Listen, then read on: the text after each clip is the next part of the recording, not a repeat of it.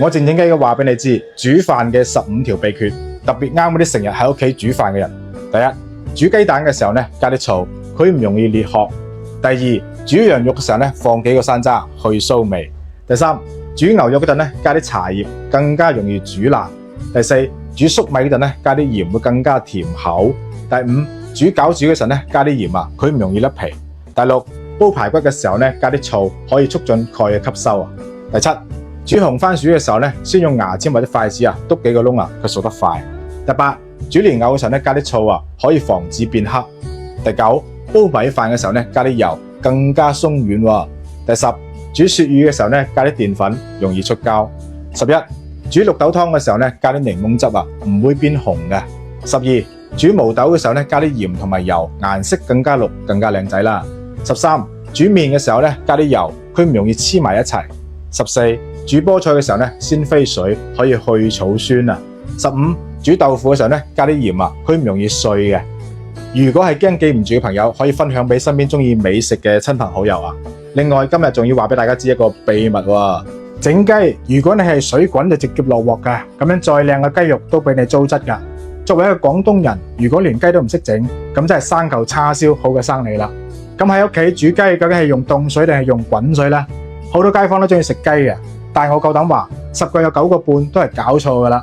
自己喺屋企煮雞加咩調料其實唔重要，你只要記住我呢個方法，煮出嚟嘅雞啊係皮脆肉滑，雞味十足㗎，令人食過都翻尋味。就算係超市入邊啲冰鮮雞啊，都可以化腐朽為神奇，食到一家大細都係舐舐脷啊！喺呢度咧同大家分享我哋鋪頭嘅招牌菜五指毛肚鹽焗雞嘅秘製做法，椰香味濃郁啦，同你之前食過啲鹽焗雞啊都係唔同㗎。咁最近廣東嘅天氣經常係又濕又熱，周身都唔聚財，至啱就食呢個五指毛肚啦。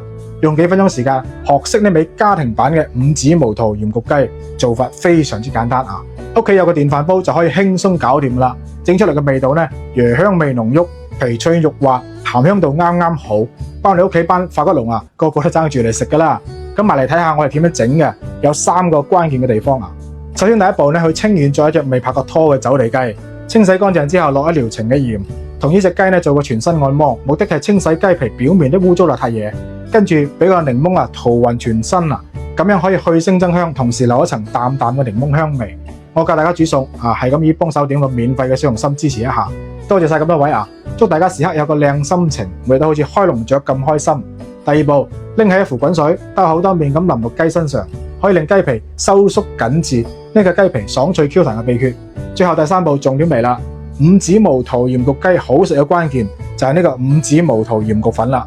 佢係粵菜5星級大廚精選五指毛肚研磨成粉，根據黃金比例搭配而成。放喺包括其他咩糖啊、味精啊、鹽啊都唔使再放噶啦。跟住落翻一殼本地純正嘅花生油，塗勻全身啊，醃製佢741分鐘啊。趁住呢個時間啊，電飯煲底呢掃一層花生油，再鋪一層薑葱蒜，跟住落呢個醃好雞落去啦。剩低呢啲醃料汁啊，記得唔好嘥啊。跟住倒埋落去，冚蓋撳個煮飯掣，大概半個鐘呢，大功告成啦。一打開個蓋，成間屋都係五指毛肚嘅香味。咁樣整嘅鹽焗雞真係爽滑又香又嫩，顏色都非常之靚仔啊！咁隔離老王啊，聞到都流口水啦。關鍵係呢個五指毛肚鹽焗粉係經過無數客戶一致好評，用過嘅都豎起個大拇指㗎。咁平時仲可以用嚟做呢個鹽焗豬手、鹽焗蝦等等都係冇問題嘅，色香味俱全，好食到根本係停唔落嚟嘅。咁呢個五指毛肚鹽焗粉，大家可以喺附近啲超市或者小賣部睇下，咁睇下有冇得賣。咁如果係驚買錯又嫌麻煩嘅，可以點擊我頭像下面嘅櫥窗就有同款嘅五指毛肚鹽焗粉等緊你啦。嗱，林帶翻屋企試下啦，關注我，每日分享廣東嘅家常菜。